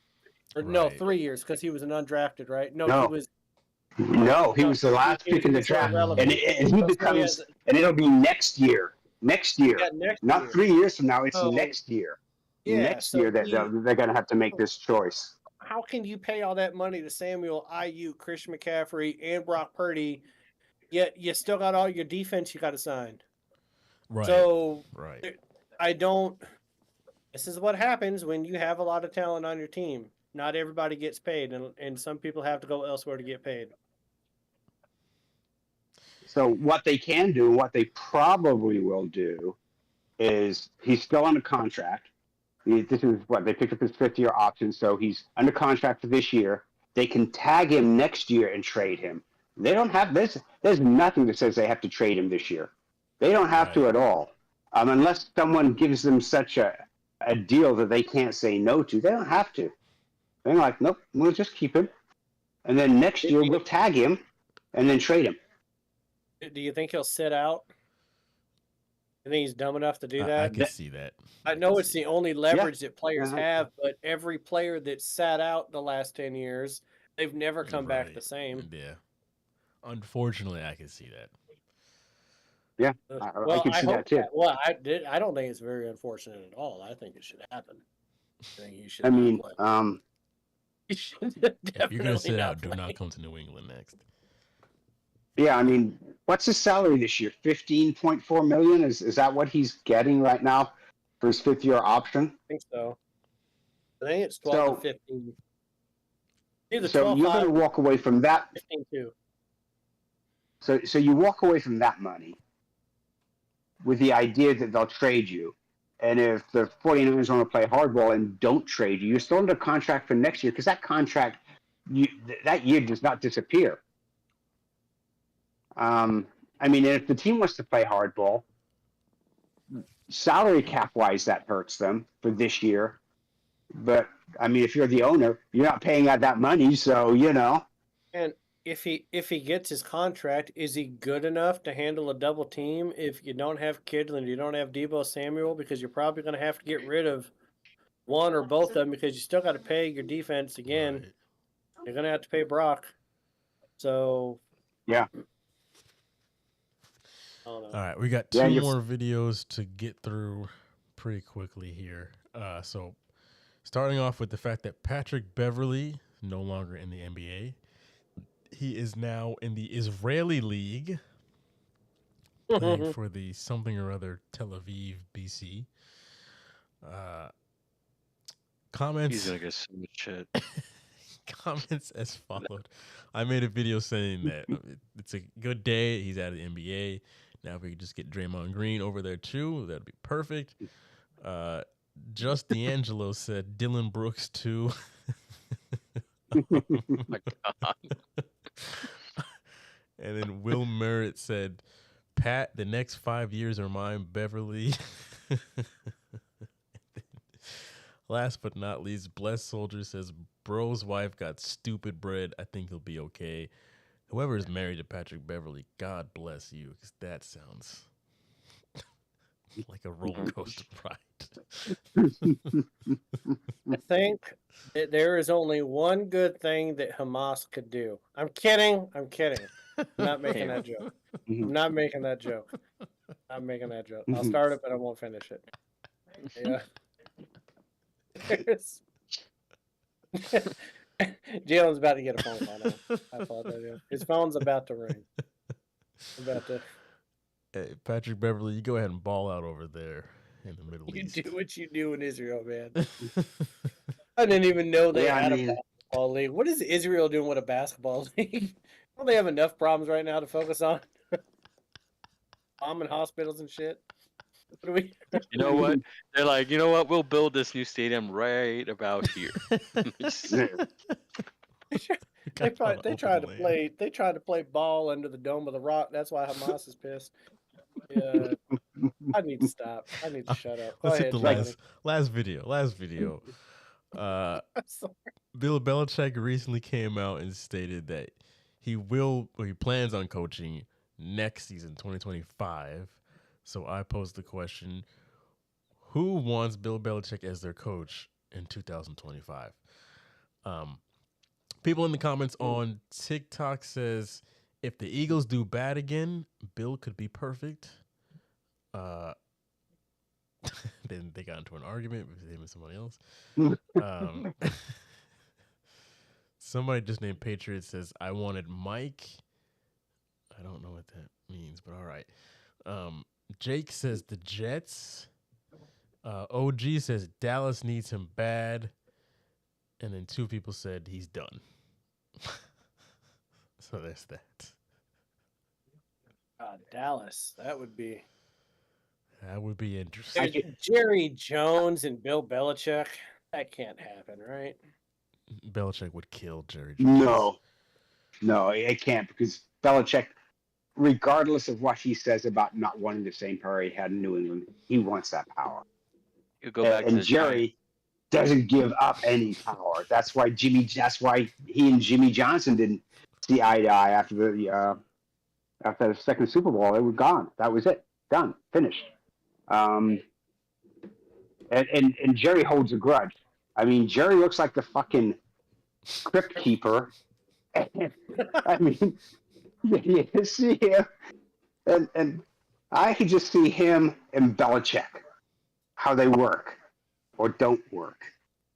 And I mean, it would be great TV. I mean, on the plus side, Jerry could do all the interviews because Belichick would go on to Washington. We're on to Washington. I mean, but right off the bat, Jared Jones would be pissed off that Bill Belichick's banging hotter women than he is. Yep. So that'd be. But I got a hot take for you, Jalen. Here's what's gonna happen. You ready for this? All right. Mike Tomlin's gonna win 6 games. He's gonna quit. He's gonna take the Dallas Cowboys job. Then Bill Belichick is going to be the head coach of the Steelers. That's my hot take. Jesus Christ. There you go. He's going to coach until he's 95 years old. There you go. 'Cause every coach they have stays for fucking ever. He's 95. That'd be the wildest shit. I don't even think ESPN would know what to do. They'd be like, Scott Van Pelt would scratch a cut into his bald ass head trying to make sense of what the fuck happened. If Mike Tomlin was with the Cowboys and Bill Belichick was with the Steelers next year. Well, folks, if you want to have your comment read next week, be sure to follow us on social media. It is at AFR Sports, all one word. My favorite comment still comes from, what's his name, Rico? Yeah, Rico Just Real Tampa, 1986. That is still my favorite comment from him. There you go, Rico. Yes, so be sure to follow us and stay up to date throughout the week. So let's get into what's up with that. If you're new to the show, this is where we each air out a grievance we have within the world of sports within the past 7 days. G Money, AKA talk about soccer. We're gonna start with you. The floor is yours. This is our international football segment. and it is. It is. CONMEBOL. It's the governing body of South American football. They're the ones that ran Copa America. What the fuck? You guys were like a bad fuck job, and you kept repeating it. First of all, some of the stadiums, the pitches weren't the right size, didn't know what to do. Then you had the fight in the stands after the Colombia-Uruguay game, and then that didn't even trigger anything for you to think that maybe you needed some security down in Miami. Oh, hell no. And it looked worse than a European soccer match. And I've been to those. I mean, you had a couple of overweight freaking security rent-a-cops. They didn't know what to do. They were going to stop like 20,000 Colombians pushing over the fence, climbing over everything. I mean, get it together, mates. I mean, the only thing I can say about the World Cup coming to North America in 2026 is as much as FIFA is corrupt, they'll run it right. You won't have that shit. Because, they'll look at it and go, Colombia, you made it? No, you fucking didn't. You stay fucking home. You keep your cocaine smuggling, snorting fucking pests at home, and you don't bring them here. We wouldn't know nothing about that. And I do a shout out to Argentina because they played well. They really did. Watching the Colombia game, I swear to God, I think by the end of the game, Colombia had 34 fouls that they had committed, and Argentina had committed like 15. I mean, it seemed like every time an Argentine touched the ball, they were getting mugged. I mean, it was sort of like, you got my cocaine money, bitch. And they mugged him. They were snatching your chains. They were snatching chains. They were. So, yeah, that's a CONMEBOL. Fucking, if you can't get your shit together, you shouldn't be a governing body of anything, especially not freaking football. Well, thank you for that, G Money. TikTok, Instagram, you feel free to leave your take on that one. Nestor, we're gonna go to you next. What is your what's up with that? How am I supposed to follow up after that? I'm just kidding. No, it's just the whole. I don't think a country has taken this much of an L, size maybe Palestine this year. I'm sorry. That just came out. I thought it, and it just left the building. I'm sorry. No, the ego heading into the game, the whole ego of the whole Colombian fan base, Houston to Miami, sneaking into the stadium, crashing into the stadium. It happened here too. I mean, in Sarasota, there was like a park that they trashed completely. Several parks that they trashed. The ego. Sarasota. The ego of this team when they haven't won anything at all. The only by the way, the only Copa America this team has won, and I don't know why they say they won it, was back in 2000 or 2001 when they were hosting the damn thing. I don't know who thought of that. That was a good idea. Let's host something in Colombia. Half of the competitive teams said we're not going to Colombia because it's not safe. And then the other teams just sent their youth squads. Like, you know what? We'll send the young kids to die if that's the case. But we're not going to send our main team. That's the only, like, how can you even boast that you won a trophy when you know that happened? The whole ego and the way that Argentina just handled it, because they're the better team.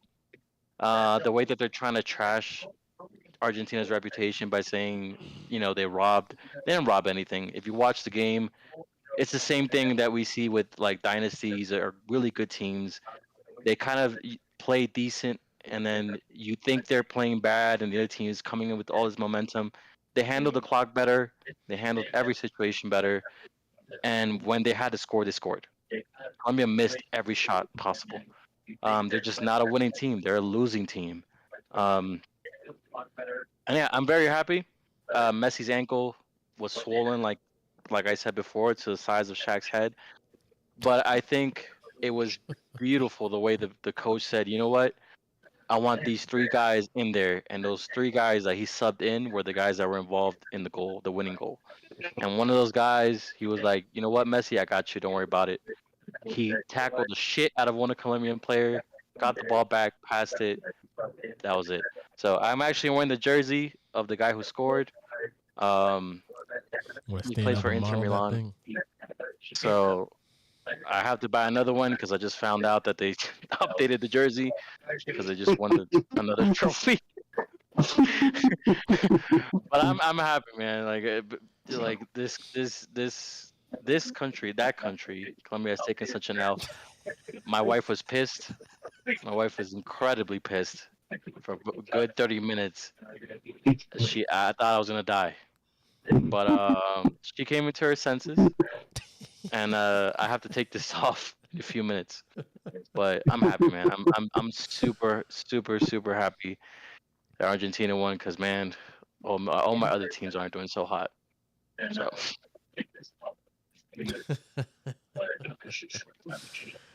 Well, Malin, I'm gonna go real briefly before you get to yours. Now that we're done with football hour, my what's up with that is ESPN put up this video of Steph Curry hitting 5 full court shots in a row, and I'm not calling foul. I don't think there's anything sus here, but just the fact that he could confidently, with ease, if you haven't seen the video, you should go look it up. 5 full court shots, just chucking them, is absolutely ridiculous. Shaq's balls are sweating at the free throw line, and this man's throwing up full court shots. He made more full court shots in a row than I think Shaq did free throws in his whole career.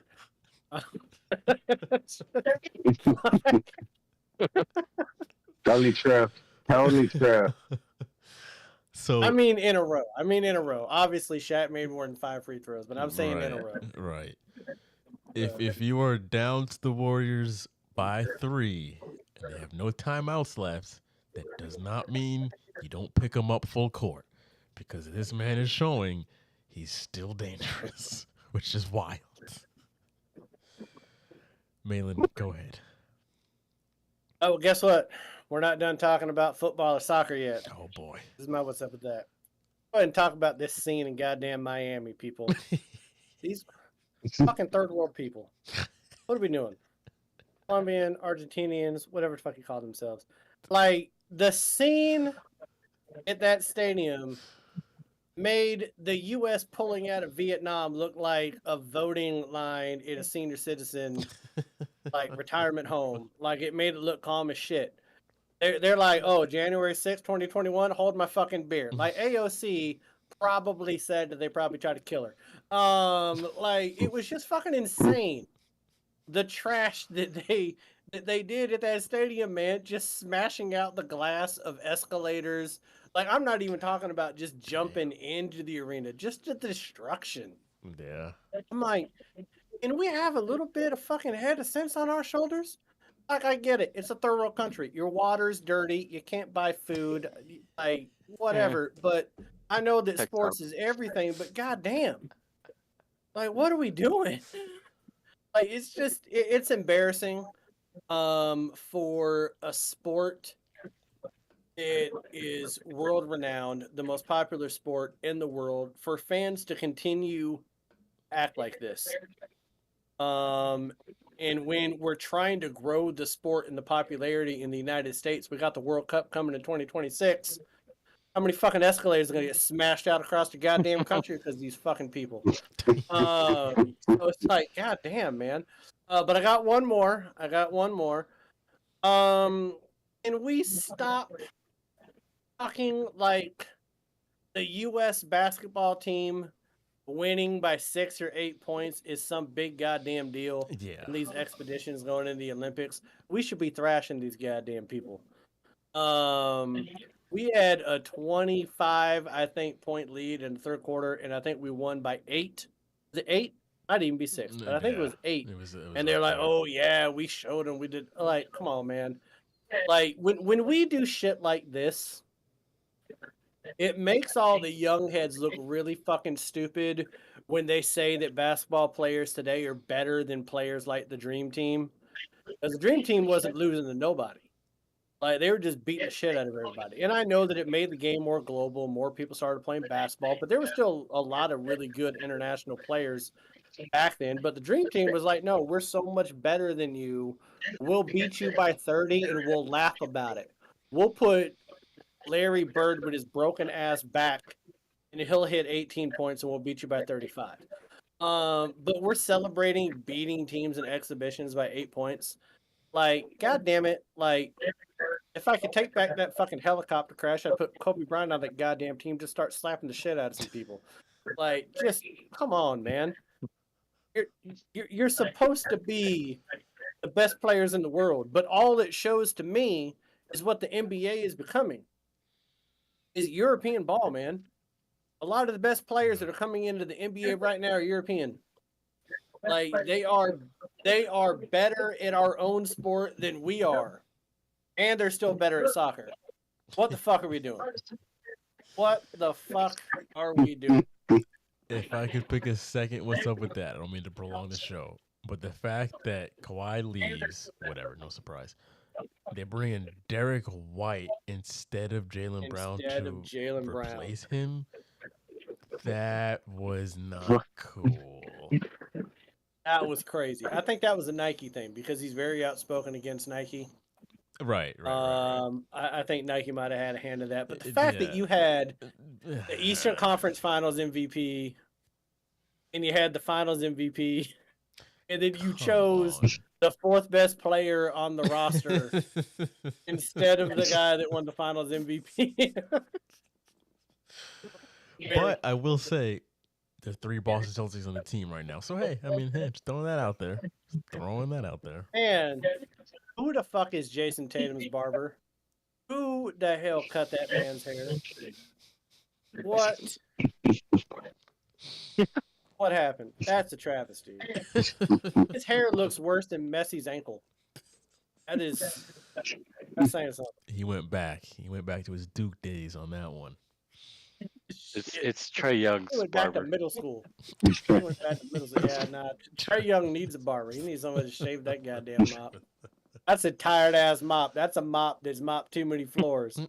That's like a mop at a McDonald's has been mopping back lines for 8 years. That's Trae Young's head. God damn. Well, I think that is a show, folks. That has been another... Whoa! Back up the truck there, Jalen. I haven't given my picks for the NFC North. Oh. AFC North. Shit. AFC. No. Just kind of rolled right over my ass. Thank you for reminding me. It's the old guy on the show. He's got a little dementia going on. He won't know. He won't remember. For a second, I thought Back you in wanted my Jalen to day. go up and twerk or something. Okay. I didn't know what was happening. I'll be quick. So, pretty much in agreement with most of you guys as far as your picks. Yeah, you all know about quick. That's me. Go ahead. I got Baltimore going 12-5. I got Cincy going 11-6. Cleveland going 10-7. I like their defense, and yeah, they won the playoffs last year, as you all said, without Deshaun Watson, and they'll probably be in the playoffs maybe this year too without Deshaun Watson.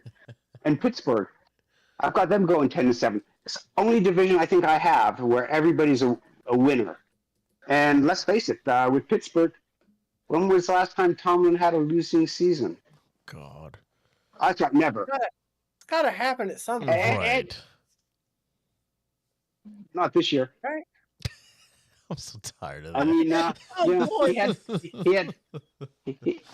I mean, he worked miracles with freaking Tiny Hands Pickett. I mean, they moved him on. They had Trevor Trubinsky as his backup, and Rudolph the Red-Nosed freaking reindeer. And they still won games. I mean, shit. Put one of us back at quarterback. Hey, I could play quarterback. If Roethlisberger was back when his last season when he looked like a fucking statue because he couldn't move, there we go. I'm just saying, like, every streak has to come to an end at some point. Like, at one point, my kids got potty trained to stop shitting their pants. Like it happens. Like, streaks end. But you say that, but accidents happen. Well, they are potty trained. Like, they're not. Somebody just had my 11-year-old still shitting his pants right now. It's like, you say that, but he probably still has some shitty streaks. Yeah. It's like, Daddy, look what he did. It's like, get that out of my face. The hell is wrong with you? You have what was your record for the Bengals? I didn't hear that part. They are 11. Let me say that. I want to say 11-6. 11-6. I have 11-6. I have Baltimore winning the division. And then Steelers and Browns are both 10-7. Both 10-7. Yeah. Okay. I have them beating up on each other in the conference. It's out of conference where they actually get a lot of their wins, and especially early in the season, because I think defense rules more than offense in the first 4 or 5 games of the season. And I know that Baltimore, Cincy, they both play Kansas City the first couple of weeks of the season, and we know that Kansas City starts off slow. They can't figure out. They don't know who their wide receivers are going to be. They're not quite sure where the pass rush is coming from. So they start off slow, and then they basically go, oh, wait a minute, we're Kansas City, and we won the Super Bowl. I know who my receivers are now. But, yeah. I mean, Baltimore's like the Dallas of the AFC, right? I mean, they play well, they get in the playoffs, and they can't go much further. And you know that Lamar Jackson is going to have a few games where he throws for 300 yards and runs for 100. Then he's going to have those games where he runs for 200 yards and throws for 60. And goes probably 6 for 16. So, It'd be a bad day for Zay Flowers owners. Damn. Which, by the way, the community comments, I think we missed this video, but it was talking about who wins the AFC North. I mentioned that. I meant to say Zay Flowers. I said Hollywood Brown that the Ravens still had. Listen, folks, I get all South Florida receivers mixed up. Sue me. It's easy to do. I mean, they both have almost the same production, so with Baltimore, so All right. That will do it for this week's episode, folks. What an episode. What an episode. We'll see if YouTube lets us come back from 198.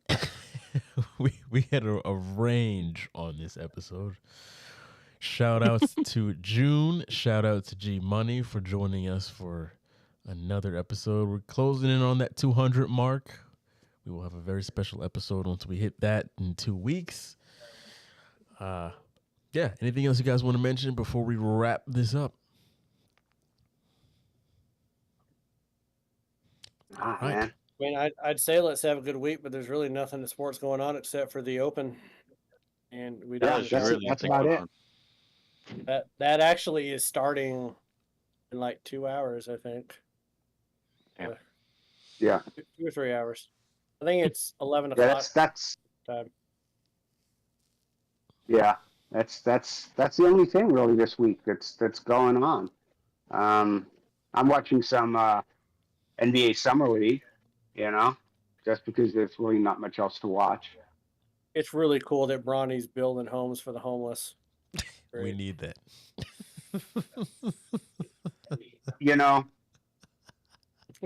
He's picking up where Westbrook left off. He's like, I need to be a man of the people, a true humanitarian. And since the Lakers are paying me a shitload of money for a low second-round pick, I should start building homes for the homeless. Here's a question, you guys. Didn't the second pick go like 0 for 15 2 days ago? God. 0 for 16. 0 for 16. Yeah. 0 for 16. Yeah. I mean, and I watched some of the highlights of that, and I mean, he was just missing everything. I mean, it was like he was underneath the basket and missing it. I'm like, oh, dude, man, that's bad. And blame it on. Me and G Money watched Summer League games last year, and a lot of people wear jersey numbers in the 40s and 50s, which means they're never going to play in the NBA. No. I mean, you got players that those Bronny James from the G League. Oh, Bronny will be on the Lakers, just like Giannis's brother was on the Bucks. Yeah, right. I mean, hey, how many times have you seen his brother play? I saw something from ESPN today that Giannis's brother is like 18 claps away from the bench to being the all-time clap leader. Well, that'll be a cool record. Yeah, it will. I wonder if they'll stop the game. They should. They should. It's 11:30. Let's get the fuck out yes. of here. All right, folks. Oh, yeah. When I asked if there's anything else you want to mention, that was it. So we will see you all next week for 198 when we break down the last division in the AFC West. And hope you all have a great week. We will see you all next week. Be sure to follow us at AFR Sports. Y'all have a good one. Peace. Peace out. Peace.